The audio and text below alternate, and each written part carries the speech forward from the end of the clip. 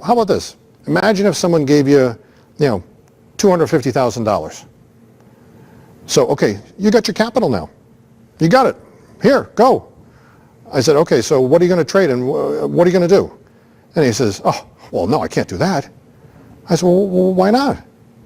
He says, well, I don't have the experience of doing the trades. I said, okay, so capital's not the problem. Problem is that it was the gut check.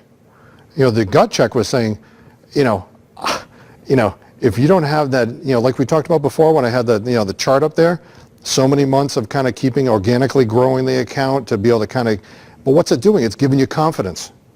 It's giving you confidence along the way that, okay, the numbers, the Greeks, all the deltas, oh, okay, so I'm getting familiar with what those look like, and you're getting, just like, John, when you keep changing capital amounts for the stuff that, you trade, and it's like, every time it's kind of like, wow, every new time you get into it, you got to kind of get used to those numbers, because it's a whole, when you start trading from one level to another level, you got to get used to it.